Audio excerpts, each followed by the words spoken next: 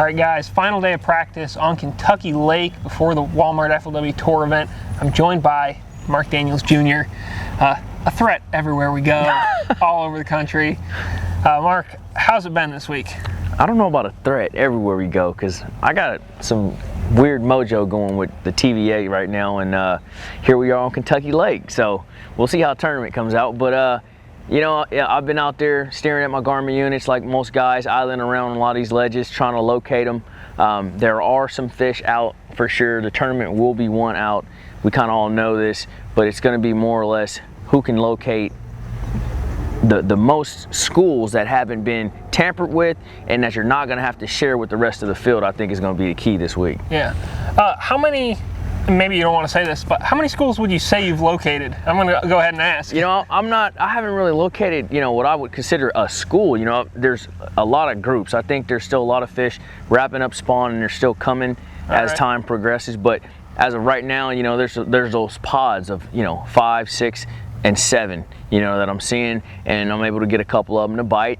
But, you know, a lot of them are sitting on a lot of the obvious stuff, and you know, that's where they set up, obviously, because it's a good place to be, but that's the same stuff everybody's finding. So, and maybe it's not the kind of school that is big enough where 2 or 3 guys can sit on it. It's a one person type deal. Yeah. And it's really maybe only a one person for 2 day kind of thing. For sure, absolutely. But you know, like I said, there's more fish coming daily, so it could potentially get better. And you know, you're still going to see, I think it's still going to be typical Kentucky Lake. You know, those upper teens, low and mid 20 bags, and you know, you're going to have to catch them this week. There's no doubt. Did you look shallow at all? Because I know you like to mix it up a little bit. If you could, you'd probably rather fish on the bank than off it. Absolutely, if I have my choice, you know. But see, some of these lakes don't allow for a lot of that. Kentucky being one of them. So, you know, I've stayed offshore pretty much all 3 days of practice. I had to pat myself on the back. It was hard. I was sweating. I was shaking. But you know, I had to do what I had to do, and we'll see how the tournament goes. You know, I'm getting more and more comfortable out there, and you know, it's just a matter of time. You know, it takes some time to get acclimated to these offshore fisheries, and I'm working on it. So we'll see how it goes. All right. I know idling around and looking at your graphs can be kind of boring sometimes. Yeah. Have you figured out any way to pass the time? Is it a lot of snacks? Is it some good music? Well, you know, I got Danny. Interesting co-angler? Yeah, you know, I got Danny riding with me at 24/7. So, you know, all those that tuned into Circuit Breaker last year, you know, he's quite the character, man. So we pass jokes back and forth all day long, kind of break up some of the dull moments, and you know, just keep trying to find those dots, man. Looking for the dots this week. Yeah. All right. Well, man, thanks for stopping by. Hopefully, you get out there, you get on one of your spots, you bust you 20 pounds, you do it again tomorrow, the day after that, and then they keep on coming. I like your thought process, Jody. All right, man. I'm gonna try to do that, man. Good luck. All right, on. Thank you. Next up, Joe Holland, the man from Maine. Joe, I want to know, I guess, first of all, what was your approach to Kentucky Lake in this practice? What did you sort of go out there looking to do? Well, I heard about this lake my whole life, and one of the best lakes in the country, and I went out looking for mega schools. That was what I was looking for, you know, get on the Ray Marines and just go out there and start scanning and looking for anything I could find for, you know, 2 or 3 football fields full of fish, but didn't quite happen that way. Ended up finding a lot of small schools where I guess typically or historically the big schools used to be. I didn't find any giant schools. I thought I found one this morning, and I went back and fished through it, didn't get any bites, and I went back and looked at it later this afternoon and nothing was there. So I don't even know what that was. I honestly don't know what it was. It was probably a bunch of clams coming up from the bottom or something like that.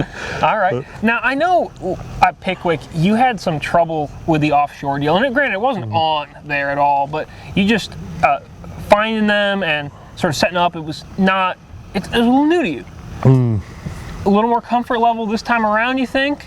Or still working on it? A little bit more. I mean, I love fishing offshore, to be honest with you. I mean, you see me down in Okeechobee flipping and stuff like that, but in Maine, where I'm from, it's pretty much an offshore deal where it's all humps and points and rocks and boulders. The offshore deal is it's strong. Yeah, you know it. I mean, it's awesome up there, and I mean, there's nothing I like better than throwing a deep crankbait or a jig or something like that. So when I went to Pickwick, I went out looking for that, and it was a grind. I mean, if you talk to, you know, 145 of the 150 anglers or 160 anglers, they'll tell you it was a grind. And what's hard for me, rookie year on tour, first time even seeing these lakes, you know, you could read all you want on these things and watch every show, and that there is on them, but it's not until you get there and get on the water and see it for yourself, you know. And then when you show up and it's a grind, that's when it gets really tough, because now you don't know what to do. It's like, all right, am I not on them and I need to go find something else, or am I on them and it's just really hard to catch them? Yep. You know, there's all these questions running through your head, and that's what you got to figure out as a professional fisherman. So that's what I'm working on. This week, and I asked Mark Daniels Jr. the same thing. Did you get tempted by the shallows at all? Did you do any of that, or did you just stick to where, in theory, we know it's going to get wet? Nah, yeah, that's a great question. I did. I went in, I hit one dock for about 5 minutes, and I said, I know better than to do this. I mean, what happened, I got locked out at Pickwick, so it really killed me for the points. So I'm pretty well out of the points race. Yeah. So this tournament's a flyer for me. You know, I'm not in a points race. If I do great, then that's awesome for the checking account. If I don't do well, then I'm really not out anything points wise. So okay.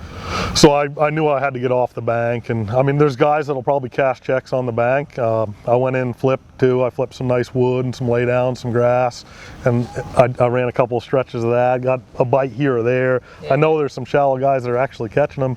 They think they're in like the 13 to 17 range. So, which I don't know, man, what it's going to take right now. I mean, there's all sorts of people saying what it's going to take for weight, but yeah, I mean, we'll see. And the thing is, you know, the bank looks really good for any other lake except Kentucky Lake, and then you get out, because you know on Kentucky Lake it's got to happen offshore, and 17 pounds can be strong on a lot of lakes, but Kentucky Lake, a lot of times 17 pounds 2 days in a row doesn't sniff you the cut. Yeah, that's so. Yep. You know, it's going to be really interesting to see how, if it is a little bit off, how that shakes out. Yeah, that's what I came in expecting a minimum 15 a day for a check. You're looking at like 17 for a check. From what I was hearing from guys that were fishing around here or whatever, 21 pounds or so just to make the cut. But man, all the guys I've talked to, you know, the guys I'm staying with some really good offshore fishermen.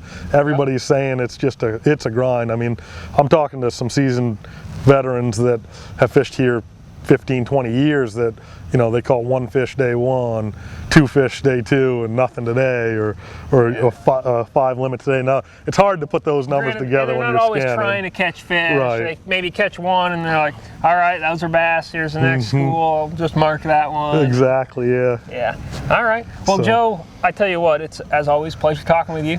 And, man, I hope whether you end up having to go shallow or you end up out there sticking it out, catching big ones, I hope it works for you. Thanks, but I'm going to be deep. I'm going to be offshore.